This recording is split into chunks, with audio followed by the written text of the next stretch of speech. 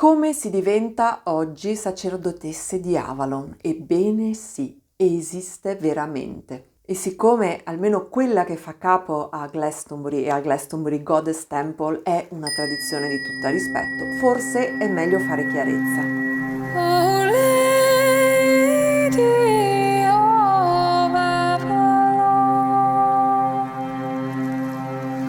Ciao, se non mi conosci sono Laura Ghianda e mi occupo attraverso questo canale di una nuova visione sul mondo, sulla realtà, tramite la spiritualità radicata e la teosofia, che è un approccio spirituale che tiene al centro l'immagine guida di una madre cosmica. Su questo canale troverai ogni giovedì un video per chi non ha paura di pensare fuori dagli schemi. E se vuoi iscriverti al canale sarò felicissima di vederti nella mia community. Spiritualità radicata, teosofia, però sì, io provengo da lì. Io sono una sacerdotessa di Avalon e sono particolarmente orgogliosa di questo percorso che ho intrapreso, che ha realmente cambiato la mia vita. E dico sempre alle mie tutor, alle mie maestre di allora, che se non ci fossero state loro, io oggi sarei soltanto l'ombra di me stessa.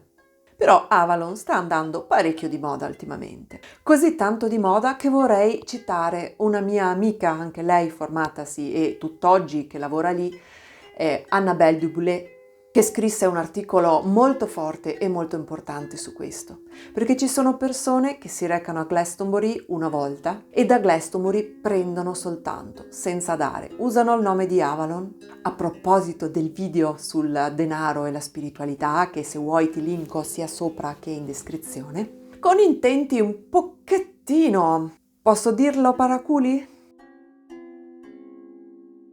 Ovvero utilizzare la fama che si è conquistata Avalon per attirare più clienti. Annabelle ci va veramente sul pesante e c'ha straragione, e se trovo quell'articolo che credo di ricordare fosse un post di Facebook lo metto anche in descrizione perché merita di essere letto. Lei parla proprio di prostituzione nel senso dell'approccio che la gente ha, nello sguardo che la gente ha nei confronti di Glastonbury Avalon e del fatto che per utilizzare questo nome quantomeno tu dovresti averlo servito per un po'. Noi oggi abbiamo una fortuna incredibile, quello di poter ancora incontrare e studiare con la fondatrice del Glastonbury Goddess Temple, che è Kathy Jones. Il percorso per diventare una sacerdotessa di Avalon è attualmente solamente a Glastonbury. La base originaria è di 3 anni, anche se Kathy Jones stessa ha visto che non sono sufficienti e quindi adesso sta proponendo ulteriori corsi di aggiornamento per chi ha completato questi 3 anni, in maniera che la formazione sia continua e la preparazione sempre più seria e puntuale. Per chi non conosce la realtà di Glastonbury, vorrei richiamare all'attenzione il fatto che il Glastonbury Goddess Temple è stato ufficialmente riconosciuto dal governo inglese come luogo di culto di una divinità indigena, ufficialmente riconosciuto, e che i matrimoni in esso celebrati hanno anche valore legale. Quindi non stiamo parlando di una realtà bizzarra, settaria, un po' stramba. Sì, a Glastonbury sono tutti un po' strambi proprio per definizione, se vogliamo, ma di qualcosa di serio e di riconosciuto. Ci sono 3 grandi luoghi che fanno capo a questa tradizione. Il primo è il Glastonbury Goddess Temple, dedicato alla Signora di Avalon, che è il primo nucleo, il primo tempio che è sorto. Poi c'è la Goddess Hall, che è stata acquistata successivamente e che attualmente è sede di molti corsi. Io sono della vecchia scuola e iniziai il mio ancora quando si faceva dentro il tempio. E poi adesso c'è la Goddess House, che è fondamentalmente un centro di cura e di benessere, dove le sale possono essere prese in affitto praticamente da chiunque per poter portare i propri seminari e le proprie proposte. Quindi l'essere passate per Glastonbury non è di per sé la garanzia di essersi formato in questo percorso. Questo è fondamentale ricordarlo. Veniamo ora al nostro percorso. Dicevamo 3 anni di base. Gli anni possono essere presi tutti e 3 insieme, fatti uno in successione all'altro, possono essere fatti 1, pausa, 2, pausa, 3, pausa, come feci anche io. Si può decidere di continuare dal primo al terzo, ci si può fermare a seconda di quello che è il sentire di ogni persona.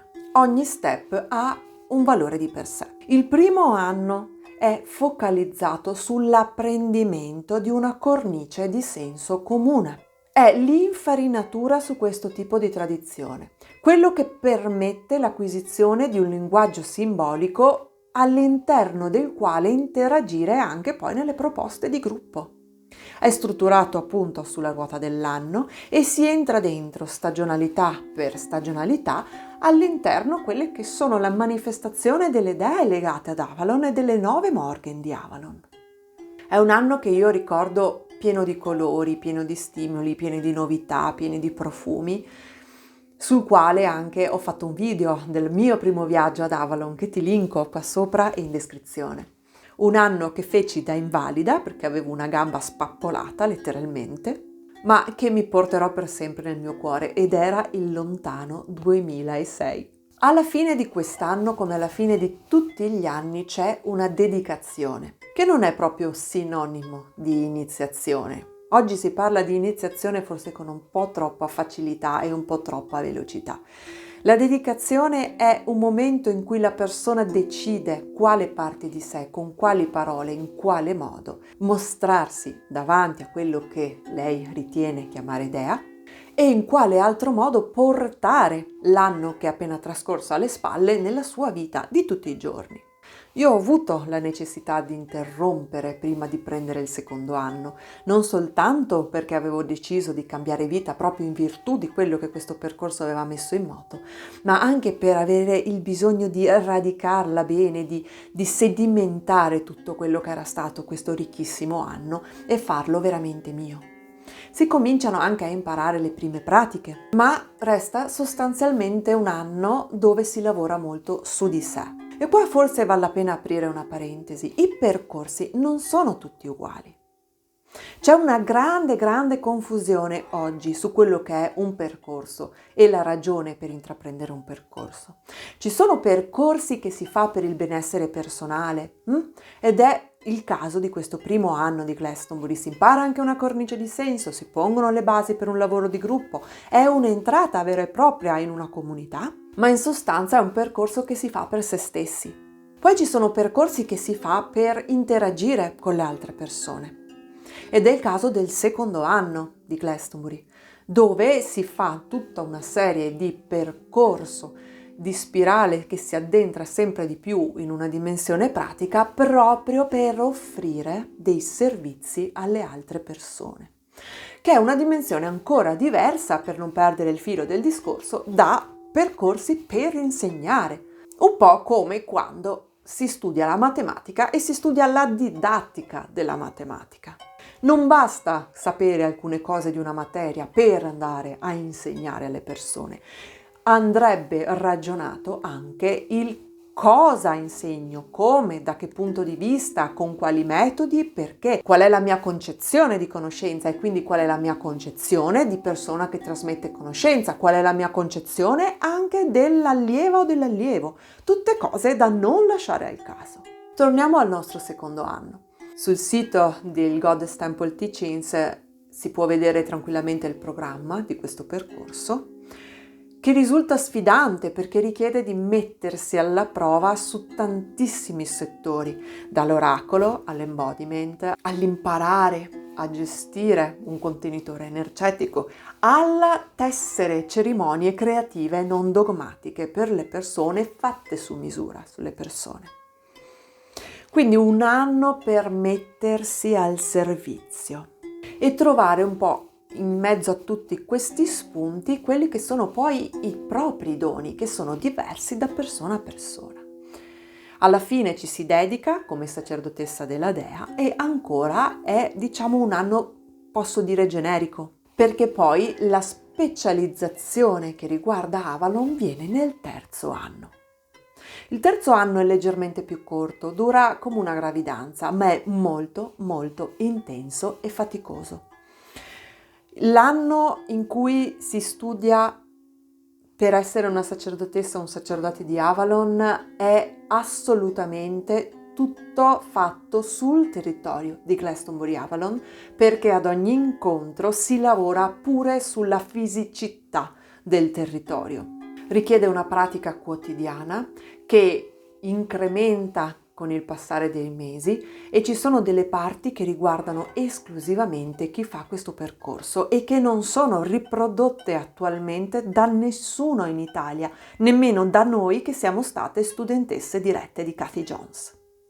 È un percorso che richiede dedizione totale, che richiede viaggi continui e che richiede di servire questa terra e non soltanto di prendere da questa terra. Servire la terra e servire la comunità che sta tenendo in piedi tutto il discorso di Avalon.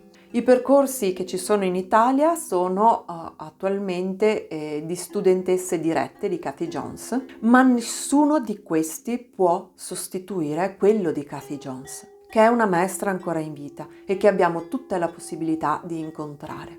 Al tempo in cui sto registrando questo video, siamo a cavallo tra il 2021 e il 2022, il Glastonbury Goddess Temple offre anche delle cerimonie online che, anche se sono online, rendono l'idea di quello che è quel mondo. Hanno una newsletter, a proposito ce l'ho anche io, la trovi in descrizione se ti vuoi iscrivere, e hanno un programma in maniera tale che tu possa anche decidere di voler fare un viaggio e cercare di capitare proprio per una celebrazione o per una loro offerta. Spero con questo video di aver risposto ad alcune domande che le persone mi fanno e di aver chiarito alcuni dubbi.